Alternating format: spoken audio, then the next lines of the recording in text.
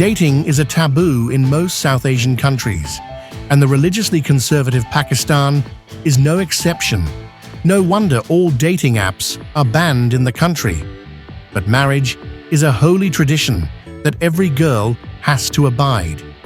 In most cases, the bride and the groom do not even meet until the wedding day. Families decide their fate. These families often depend on Rishta Aunties or traditional matchmakers to find suitors. But the arrival of halal dating apps like Muzz, which garnered some 1.2 million users, are now changing the scene. I felt like their whole, like the way of dealing with us was really rude, and they had the audacity to talk about how I looked, what I did, how much I earned, and what who my family is, how many brothers I have, what are my future aspirations. So every little thing is judged, right?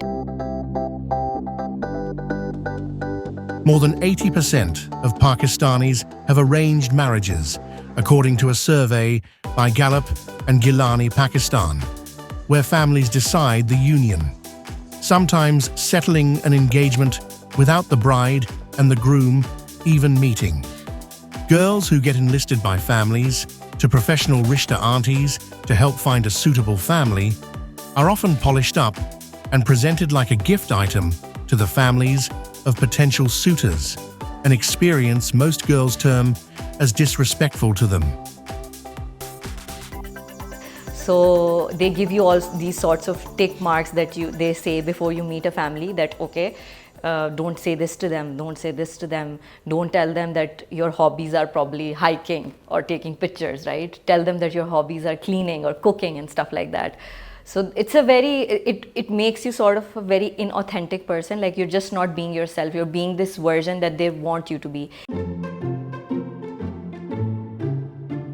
But youths are now ditching aunties and their family traditions to get into digital matching. The halal certified apps are now making rounds in the country, and a number of matchmaking is now professionally done after a few dates. मैंने तो जब अपनी colleague को देखा था और वो बहुत माशाल्लाह खुश हैं, वो जहाँ उनकी शादी हुई वो बहुत अच्छी फैमिली से हैं, सब कुछ, उनकी एक बेटी है।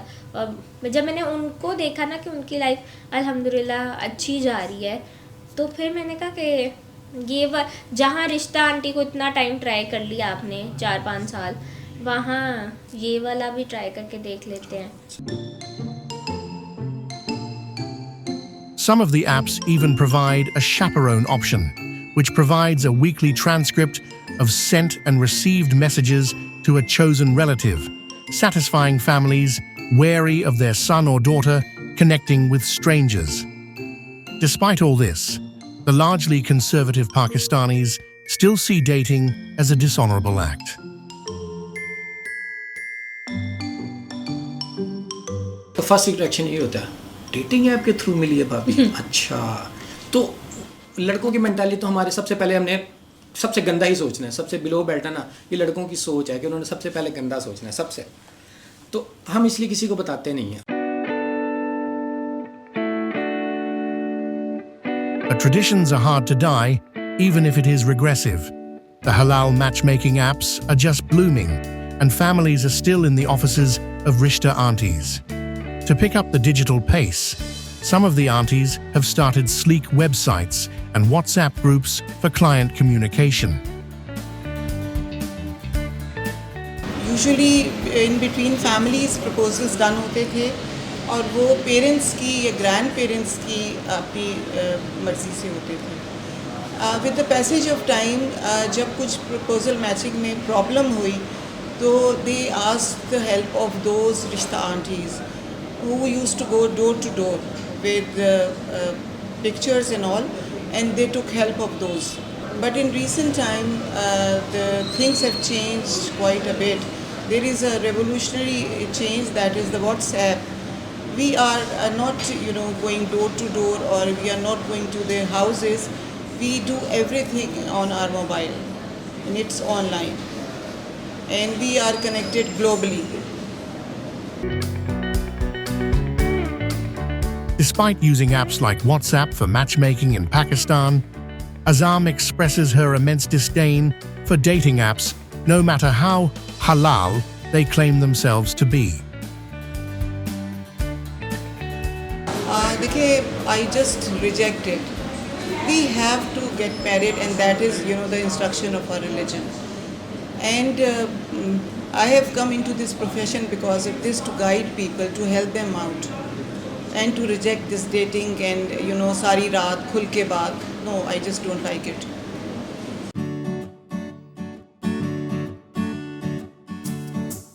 Matchmakers in Pakistan claim that they groom young women to make them more presentable to suitors.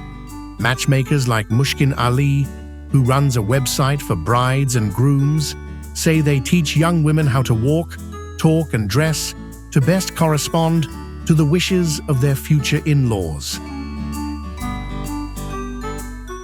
We proper arrange a grooming sessions. We proper arrange these kind of a big setup where people come to us, especially the girls come to us with their mothers, and they learn how to speak, how to talk, how to walk, each and everything. I do provide them consultancy especially.